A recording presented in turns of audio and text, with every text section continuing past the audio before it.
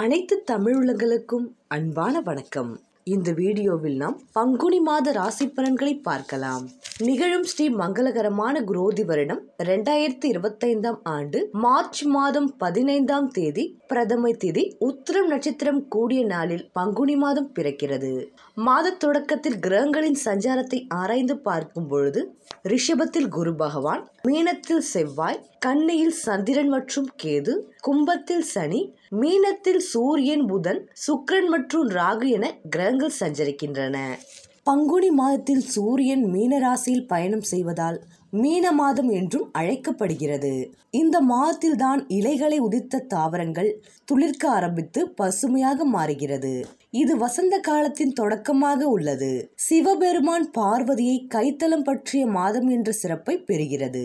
தெய்வீக திருமணங்கள் நடைபெறும் இந்த மாதத்தில் பல திருவிழாக்கள் உள்ளன. அவை என்ன என்று பார்க்கலாம். சிவனின் மைந்தன் முருகப்பெருமானுக்கு தேசமெல்லாம் கொண்டாடப்படும் உத்தர பெருவிழா பங்குனி மாதத்தில் நடைபெறும். அந்த நாளில் கந்த பெருமானை சிந்தையில் நிறுத்தி வழிபட்டால் காரியங்களில் வெற்றி கிடைக்கும். ராமபிரான் சீதையை மணந்து கொண்டதும், மீனாட்சியம்மன் சொக்கநாதரை மணந்து கொண்டதும் தன் நெற்றிக்கண் பார்வைப்பட்டு சாம்பலாகி போன மன்மதனை ரதியின் வேண்டுதல் படி சிவபெருமான் உயிர்ப்பித்து தந்ததும் இந்த நாளில்தான் என்று புராணங்கள் சொல்கிறது. தெய்வ திருமணங்கள் நடைபெற்ற நாள் பங்குனி உத்திர திருநாள் ஆகும். அந்த இனிய நாள் இந்த வருடம் பங்குனி மாதம் 28ஆம் தேதி 11/4/2025 வெள்ளிக்கிழமை அன்று வருகிறது. அன்றைய தினம் முருகப்பெருமானை முறையாக வழிபட்டால் தங்கு தடைகள் தானாக விலகும். மங்கள நிகழ்ச்சிகள் மனையில் நடைபெறும். கார்காலத்தில் விளைந்த நெல்லை அறுவடை செய்து உரலில் குத்தி அரிசியாக்கி பொங்கல் வைத்து பெண்கள் மேற்கொள்ளும் விரதம் காரடையான் நோன்பு என்று அழைக்கப்படுகிறது. இந்த மாதத்தில் பெண்கள் இந்த விரதத்தை கடைபிடிப்பார்கள். பங்குனி மாத தேய்பிறையில் வரும் ஏகாதசிக்கு விஜயா ஏகாதசி என்று பெயர். இதில் விரதம் இருந்தால் தொழில் இடையூறுகள், எதிர்ப்புகள், போட்டி பொறாமைகள் விலகும். எந்த காரியத்திலும் வெற்றி கிடைக்கும். ஸ்ரீ ராமபிரான் இந்த விரதத்தை அனுஷ்டித்து ஆற்றல் பெற்ற பின்னர்தான் ராவணனை வென்று சீதையை மீட்டதாக இதிகாச வரலாறு கூறுகிறது. பங்குனி 1 முதல் பங்குனி 3 வரை மீனராசியில் புதன் நீச்சம் அடைகிறார். பங்குனி 4 முதல் பங்குனி 26 வரை கும்பராசியில் புதன் வக்ரம் அடைகிறார். பங்குனி 24ஆம் தேதி கடகராசியில் செவ்வாய் நீச்சம் அடைகிறார். பங்குனி 27 முதல் பங்குனி 30 வரை மீனராசியில் புதன் நீச்சம் அடைகிறார். இந்த கிரகங்களின் சஞ்சாரம் மற்றும் மாற்றத்தினால் உங்களுக்கு என்ன பலன்கள் கிடைக்க போகிறது, நீங்கள் செய்ய வேண்டிய பரிகாரங்கள் என்னவென்று இந்த வீடியோவில் பார்க்கலாம். வாருங்கள்.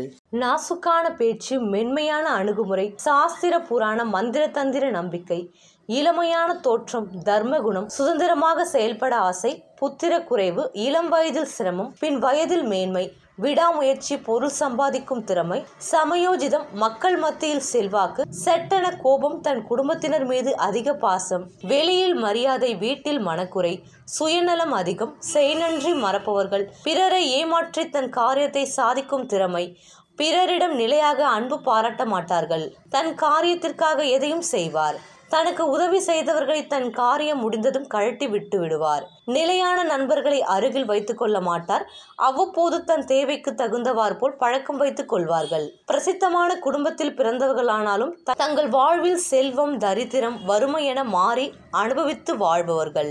வியாபார திறமை, பணத்தை தக்க வைத்துக் கொள்ளாதவர்கள்.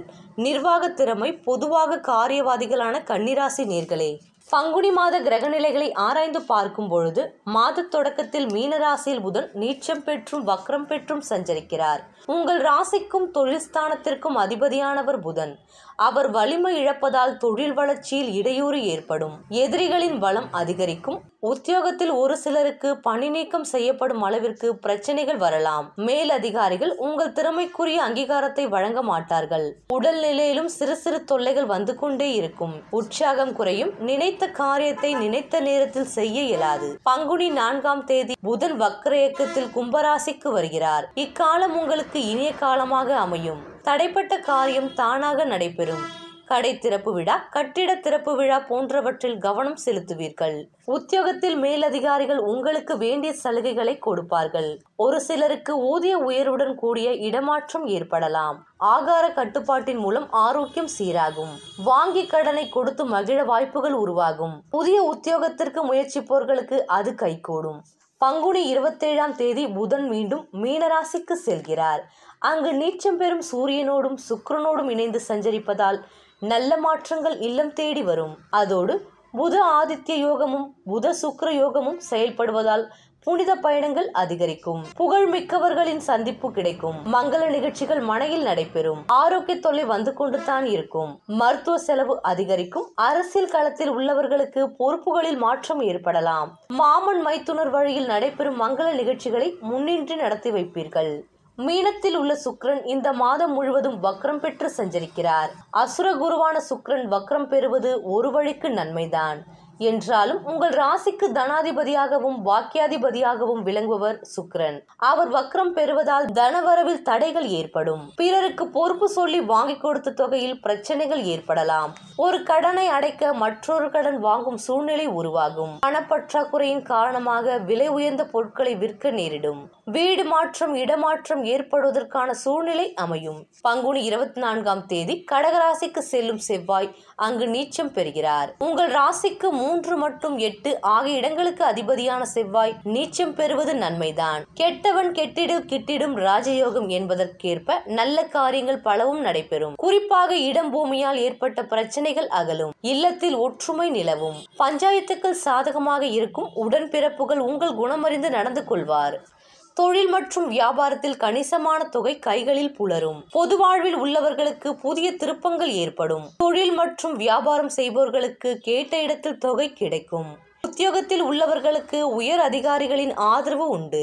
கலைஞர்களுக்கு வெற்றி வாய்ப்புகள் வீடு தேடி வரும். மாணவ மாணவிகளுக்கு தேர்வுகளில் நல்ல மதிப்பெண் கிடைக்கும். பெண்களுக்கு குடும்பத்தில் ஒற்றுமை பலப்படும். வரவிற்கேற்ற செலவு உண்டு. கன்னிராசி அன்பர்களே, தொழிலை பற்றி பார்க்கலாம் வாருங்கள். சனி பகவான் உங்கள் ராசிக்கு 7ஆம் இட குருவின் மீன ராசியில் அமர்ந்துள்ளார். பொதுவாக 7ஆம் இடத்து சனியை கண்டக சனி என்றும் 7ஆம் இடத்து சனி சிரமம் கஷ்டங்களை தரும் என்றும் கூறுவார்கள். உங்கள் ராசிக்கு 5ஆம் இடம் 6ஆம் இட ராசிக்கு ஆதிபத்தியம் கொண்ட சனி பகவான் கடந்த 2.5 வருடங்களாக கடன், நோய், எதிரி, காரிய தடை, பொருள், பண இழப்பு போன்ற அனைத்து சிரமங்களையும் அனுபவிக்க செய்திருப்பார். மேலும் உங்கள் ராசியிலே கேது நுழைந்து சஞ்சரிக்க ஆரம்பித்த பின்பு எதையும் அடைய முடியாமல் தொழில், வியாபாரம், குடும்பம், கல்வி, பணம் அனைத்தையும் இழக்க வைத்திருப்பார். சனி பகவான் உங்கள் ராசிக்கு 7வது ராசியான களத்திரஸ்தானத்தில் மீன ராசியில் வந்து அமர்ந்துள்ளார். மீன ராசி குருவின் ஆட்சி வீடாகும். இயல்பாகவே உங்கள் ராசிநாதன் புதன் குருவிற்கு பகை கிரகம் என்று கூறப்பட்டுள்ளது. அதனால்தான் மீன ராசியில் புதன் நீச்சம் அடைகின்றார். புதன் அமர்ந்த வீடு சரியில்லாத ராசியாக இருந்தாலும் அவரின் 3, 6, 10ஆம் பார்வை மூலம் பலன்களை தருவார். அவைகளை அறிந்து கொள்ளுங்கள். கன்னிராசி அன்பர்களே, உங்கள் தொழிலை பற்றி பார்க்கலாம். சனி பகவான் உங்கள் ராசிக்கு 7ஆம் இடம் குருவின் மீன ராசியில் அமர்ந்துள்ளார். பொதுவாக 7ஆம் இடத்து சனியை கண்டக சனி என்றும் 7ஆம் இடத்து சனி சிரமம் கஷ்டங்களை தரும் என்றும் கூறுவார்கள். ஆனால் இந்த சனி பேச்சு உங்களுக்கு பெரிய தீமைகளை செய்யாது என்று கூறலாம். ஏனென்றால் சனி 6ஆம் இடம் குடும்பத்தில் இருக்கும் போது அதற்கு திரிகோண ராசியான துலாமில் கேது இருந்தார். சனியும் கேதுவும் ஒரே நட்சத்திர மண்டலத்தில் சஞ்சரித்தது. இந்த சனி கேது இணைவு கடந்த 3 வருடமாக உங்களை பாடாய்படுத்தி இருக்கும். துன்பங்களை அடைய செய்திருக்கும். சில தொழில், உத்தியோகம், தொழில் வியாபாரத்தை இழந்திருப்பார்கள். சிலரின் தொழில் முற்றிலும் முடங்கி போயிருக்கும். சிலர் உத்தியோக இழப்பையும் சில தற்காலிக பணி நீக்கத்தையும் அடைந்திருப்பீர்கள். இன்னும் சிலர் கூட்டு தொழில் செய்து கூட்டாளிகளால் ஏமாற்றப்பட்டு போட்ட முதலையும் தொழிலையும் இழந்திருப்பீர்கள். இது போன்று கடந்த 3 ஆண்டுகளாக பல இழப்புகளையும் சந்தித்திருப்பீர்கள். இவை அனைத்தையும் 7ஆம் இடத்து சனி செய்ய வேண்டிய பலன்கள். ஆனால் 6ஆம் இடத்தில் இருக்கும் போதே 3 வருடங்களாக செய்து முடித்து விட்டார். இப்போது உங்களிடம் எதுவும் இல்லை. ஆனால் 7ஆம் இடத்து சனியை பற்றி நீங்கள் பயப்பட தேவையில்லை. கன்னிராசி அன்பர்களே, உங்கள் குடும்பத்தை பற்றி பார்க்கலாம். சனி 3 வருடமாக குடும்பத்திலும் பல தொல்லைகளை சனி பகவான் தந்து அனுபவிக்க செய்திருப்பார். இதுவரை பிரிந்து வாழ்ந்து வந்த கணவன் மனைவியை ஒன்று சேர்த்து வாழ வைப்பார். 7ஆம் இடம் மீனராசி உங்கள் மிதுன ராசிக்கு களத்திரஸ்தானம் ஆகும். இந்த ராசியை சேர்ந்த வயது முதிர்ந்த ஆண்கள் பெண்களுக்கு திருமணம் கூடி வந்து திருமணம் நடைபெறும். குடும்பத்தில் சொத்து, நிலம், வீடு, வியாபார ஸ்தலங்கள் சம்பந்தமான பிரச்சனைகள் சுமூகமாக தீரும். காதலில் தோல்வி கண்ட ஆண்கள், பெண்கள் தங்கள் வாழ்க்கையை பற்றி சிந்தித்து மனம் மாறி தெளிவு பெற்று புதிய வாழ்க்கையை தொடங்குவார்கள். பெற்றோர்கள், வீட்டு பெரியவர்கள் பேச்சை கேட்டு வாழ்வார்கள். கன்னிராசி அன்பர்களே, உங்களுக்கான பரிகாரம்: இம்மாதம் விநாயகர் வழிபாடு வெற்றியை வழங்கும்.